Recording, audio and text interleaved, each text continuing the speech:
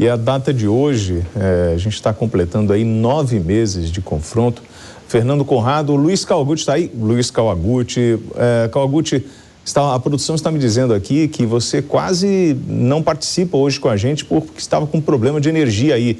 Ou seja, os bombardeios voltaram a atingir essa região ou foi uma coisa esporádica? Olá, William. Olá, Conrado. Sempre um grande prazer estar aqui com vocês. De fato, até uma hora atrás, a minha participação não aconteceria, mas voltou à luz aqui, para minha alegria.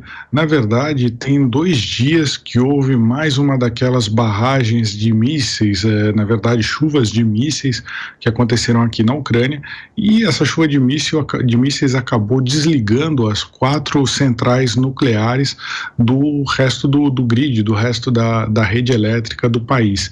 Então, muitas linhas de transmissão foram destruídas. Tem 2 dias aqui que eu acho que se eu tive 3 horas de energia elétrica foi muito, e a situação está um pouco caótica aqui na cidade, porque a gente fica a maior parte do tempo sem luz. Até antes, nos bombardeios anteriores, havia uma espécie de rodízio, assim, um bairro ficava sem luz, mas outro tinha luz. Eles priorizavam alguns serviços públicos, como o serviço de bondes, tem muitos bondes aqui no transporte público, semáforos, alguma coisa de iluminação urbana, eles ainda conseguiam manter. Mas tem 2 dias que a cidade está num breu total.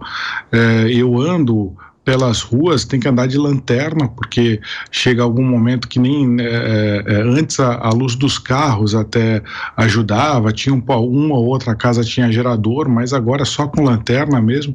Imaginem vocês aí circulando, a gente tem um período cada vez menor de luz diurna agora, e a gente tem que conviver com não só com a falta de luz, mas com a falta de internet. Parece até uma bobagem a gente falar, não, essa é uma coisa da modernidade, da gente estar conectado, mas a falta de notícias, ela é muito impactante, impacta muito negativamente aqui para as pessoas, não só para mim, mas com quem eu converso aqui, com alguns ucranianos, alguns estrangeiros. O fato de você não conseguir acessar aí os principais órgãos de mídia para saber o que está acontecendo é uma coisa complicadíssima, mexe bastante com o psicológico das pessoas, inclusive com o meu. Quando a gente consegue um pouquinho de internet para ter notícia do que está acontecendo, mais longe daqui, em outras regiões, até os próprios canais de informação da Ucrânia dependem da internet, né? Então isso vem, a gente vê pelo Telegram, por exemplo, os pronunciamentos do Zelensky, das autoridades locais, e você não ter acesso a esse tipo de informação é bastante inquietante. Mas como você perguntou, os bombardeios foram esses há 2 dias. Hoje não teve bombardeios mais, só nas linhas de frente, que está mais ou menos uns 200 quilômetros daqui. Uma ação divulgada pelo The Guardian em relação aos conselheiros iranianos que foram mortos, né, como resultado de um ataque militar na Ucrânia, na verdade na Crimeia, no mês passado. A sua avaliação e o desdobramento disso aí na Europa? O apoio do Irã à Rússia está ficando cada vez mais evidente. Primeiro com o envio, a venda dos drones Shahed, que primeiro o Irã negou, aí depois começou a admitir, depois especula-se muito da venda de mísseis agora, porque a Rússia precisa de uma quantidade muito grande de mísseis para fazer esses ataques na Ucrânia. Então, alguns analistas dizem que em algum momento esses mísseis vão começar a faltar e ela vai precisar comprar do Irã. Eu acho que a análise que a gente pode fazer é que países como o Irã, Rússia, a China, eles começam a se alinhar mais em torno de o que eles identificam como um rival comum, um inimigo comum, que seria os Estados Unidos e a Europa. Então, parece que eles começam a se organizar numa espécie de eixo para fazer frente à hegemonia das potências ocidentais. E a gente vê isso claramente nessa ajuda do Irã para a Rússia. A Coreia do Norte também ajuda a Rússia, a China dá uma ajuda um pouco mais tímida, mais na área econômica, mas quando a gente vê Coreia do Norte e Irã é ajuda militar mesmo. Então não surpreende que em algum momento esse staff, essas pessoas, esses militares iranianos seriam atingidos. Aliás, a gente está em guerra aqui, né? É complicado, eles são um alvo prioritário para a Ucrânia também, esse tipo, as pessoas que fazem a manutenção desses drones, os iranianos foram para a Crimeia exatamente para ensinar os russos a usar os drones que eles venderam. Claro que isso vai ser um alvo prioritário para a Ucrânia, um alvo militar legítimo, porque esses drones estão sendo usados contra a população civil ucraniana. Do Conrado. Tu sabes, vou fazer um comentário genérico. Como é que eu faço para fazer os nossos comentários aqui acerca de guerra, né? Eu vejo as notícias que a gente tem das fontes ucranianas e as notícias que a gente tem da fonte russa para poder fazer esses duas mesclas e poder agora, já que Kawaguchi está lá, a gente pode confirmar com ele. Mas antes de passar a esse ponto aqui, Kawaguchi, tu falavas aí desse problema que a gente tem de não conseguir pegar as informações, né? De sentir angustiado, até mesmo psicologicamente. Isso tem um nome técnico na modernidade, cara. O nome dessa doença é FOMO. Fear of Missing Out. É o medo de estar perdendo alguma coisa. Olha o problema que a gente tem muitas vezes, obviamente, no mundo real. A gente fala quando não consegue conectar a internet, ou fica muitos e-mails que tu não consegue ler, ou tu tem aqueles sinaizinhos no Instagram que tu não consegue ver, e também quando a gente não consegue ver as notícias. Então olha que a modernidade nos trouxe aí mais uma doença psicológica para nós, que daqui a pouco vão estar nos DSMs do mundo aí, nos manuais de psiquiatria. Sobre o que está acontecendo, Kawaguchi, eu estava lendo aqui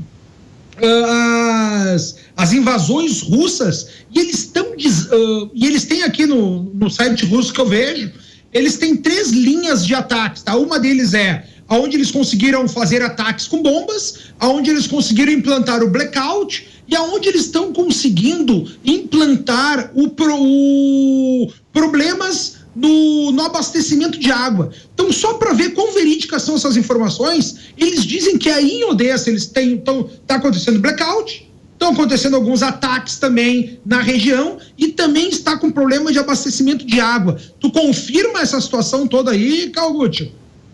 Sim, exatamente. Os bombardeios, eles acontecem na frente de batalha, ali na região de Kherson, na região de Zaporizhia, no sul de Zaporizhia, no leste, ali na região de Donbás. Os ataques à infraestrutura elétrica são difundidos praticamente em todo o país. Há 2 dias, não só aqui em Odessa, mas Lviv e Kyiv, que é a capital, ficaram sem luz. Hoje, 70% de Kyiv está sem luz. E a água é um grande problema. Aqui em Odessa, a água ficou mais fraca nos últimos dias, mas hoje começou a ser retomada aí. Eu vi assim dezenas, eu diria até centenas de pessoas andando pelas ruas aí com pacotes de água mineral, filas enormes nos supermercados para comprar água mineral, porque a vizinha aqui da gente, que é a cidade de Mykolaiv, já está há meses sem água. Então é muito essa água é uma água salobra, porque a Rússia bombardeou os dutos, né, que traziam água de Kherson para Mykolaiv. Então as pessoas, é muito comum você ver nas casas, eu até fiquei hospedado ali num apartamento daquele tipo de Airbnb, e você vê assim dezenas de garrafas plásticas de água, com aquela água barrenta, que como não sai a água pela torneira, você usa no banheiro, aquilo para jogar na privada, você usa para fazer algum tipo de limpeza, mas não dá para tomar banho com aquilo. Aliás, tem gente até que toma, mas tem gente que fala que dá problemas de pele, aquilo, mas não dá para beber. Então, de fato, eles estão atacando as fontes de água. A ideia é quebrar a moral da população ucraniana. Eu convido até o telespectador, eu estou colocando esses detalhes de bastidores no meu perfil do Instagram, que é KAWA Repórter. Convido todo mundo a dar uma olhada lá, eu coloco essas curiosidades aí dos bastidores da cobertura da guerra. Clica lá. Sobre essa escassez de energia, de água, e existe essa mudança de comportamento em função de toda escassez. Ou seja, você vê o ucraniano cozinhando naquele fogão de lenha do lado de fora de casa, né, pegando restos das construções que foram atingidas nos bombardeios. Você tem a mudança de hábito noturno, porque você tem luz em casa, na região, mas você não pode acender porque é um risco de um ataque, Kawaguchi? Na verdade, a luz aqui, quando o pessoal, eles tinha isso antes, mas tá faltando tanta luz que acho que o pessoal não tem esses pudores. Às vezes a luz vem de madrugada, então você corre para carregar power bank, para carregar celular, para carregar o que você precisa. Então, eles desligam a luz na hora de maior consumo e a luz fica disponível em tempos de menos consumo. Que nem agora, a luz foi ligada às 3 da manhã, são 4h30, ainda está segurando a luz. Eu já coloquei todos os meus equipamentos para carregar e eu falo com ucranianos, falo com outras pessoas, todo mundo faz a mesma coisa. O pessoal corre para tomar banho também, porque muito do aquecimento da água, ele está relacionado com a eletricidade também. Você precisa lá, não tem, o equipamento depende da rede elétrica para disparar lá o aquecimento a gás. Então essa corrida para carregar aparelhos, para tomar banho e para ter um pouquinho de conforto, né? Às vezes dá para ligar o aquecimento também, deixar a casa um pouquinho mais quentinha. São tantas as variáveis, né? E tantas dificuldades que a gente não tem noção do que é. Porque agora aqui as pessoas vão lá, tem a luz, a geladeira está ali, vai pegar uma água gelada, enfim, tem como acessar as coisas. Você imaginar... E tem básico aqui, lanterna. E tem básico de sobrevivência agora. Olha isso. Agora, cara, que luz... O Kawaguchi, parabéns, cara. Bater palma pra ti, parabéns à Jovem Pan de ter um repórter direto lá no front, mostrando o mundo real. Pra mim já valeu muito essa nossa conversa de hoje, pra eu confirmar essas fontes, porque às vezes a gente pega uma informação, isso aqui é narrativa russa, eles estão querendo dizer que eles estão quebrando todo mundo, porque daí a gente tem todas essas listagens, né? E eles colocam aqui diversas cidades com problema de suprimento de água, Kiev, Sumak, Nikolaev, Kharkov, Dnepropetrovsk e Odessa, que é a região do estado. E também eles colocam aqui, Kawaguchi, um problema numa estação nuclear que fica no entorno de Nikolaev. E o Zonokrainsky. Como é que estão a situação das usinas nucleares aí? Porque Zaporizhzhia, a gente sabe que muitas foram apagadas para não ter risco, né? Mas essas outras agora, elas continuam funcionando, provendo energia? Esse é um problema gigante, Conrado. Foi muito bom você tocar nisso. Pelo seguinte, o mesmo problema que a gente tem em Zaporizhzhia, a gente tem nas outras 3 centrais nucleares. Tem uma aqui próximo aqui do sul e mais 2 ali próxima da Polônia, ali na região de Rivne. Então, a diferença é que Zaporizhzhia está sob controle dos russos, as outras 3 centrais nucleares estão sob controle dos ucranianos, só que elas têm os mesmos problemas. Se você bombardeia a rede elétrica que liga essa usina ao resto da rede elétrica da Ucrânia, você tem risco de acidente nuclear, porque aquelas linhas elétricas, elas não estão só levando a energia que a usina produz, elas também estão levando energia para dentro da usina de outras fontes para alimentar o sistema de esfriamento do material nuclear. Todo reator nuclear, ele tem lá um material radioativo, aqui na Ucrânia é o urânio enriquecido, e tem também piscinas de urânio enriquecido que foram tiradas do reator nuclear e tem que ficar durante alguns anos ali sendo resfriadas. E você tem que resfriar isso com água. O projeto dessas usinas é o resfriamento com água. É um projeto mais moderno. Se a gente pensar ali em Chernobyl, que explodiu em 86, era resfriamento por grafite.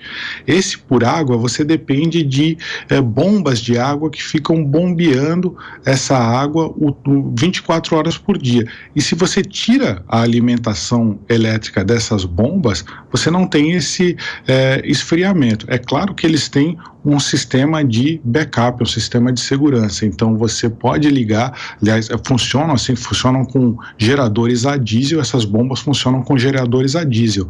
Mas a chance de dar um problema é que nem quando a gente fala de acidente de avião, não é uma causa.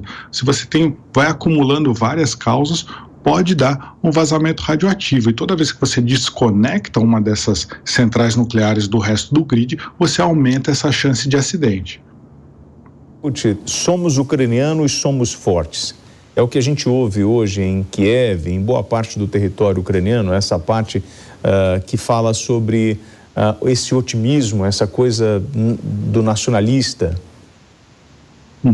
Exatamente, tem 2 pontos. Um deles que eu acho bastante interessante, eles criaram aqui cerca de 4.000 pontos em que você pode, são escolas, são prédios de administração pública, que você pode ir até lá, que você vai ter aquecimento, você vai ter mantimentos, você vai ter água limpa.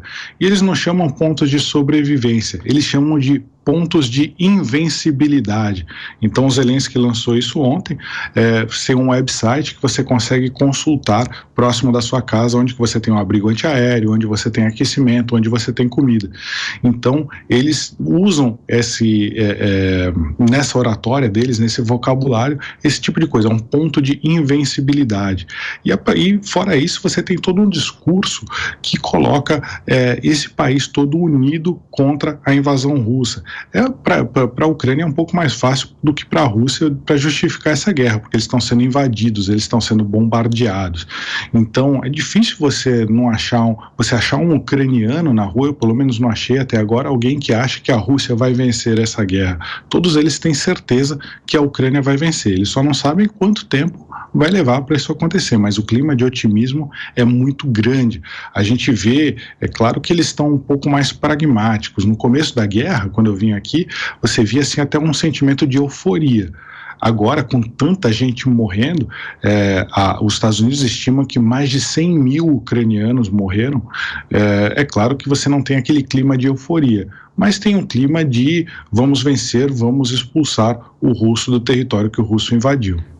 Bom, queria agradecer Luiz Kawaguchi, jornalista convidado que está em território ucraniano. Muito obrigado pela sua participação, tenha um bom descanso e se cuida aí, tá bom? Obrigado, William, obrigado, Conrado, e obrigado aos telespectadores.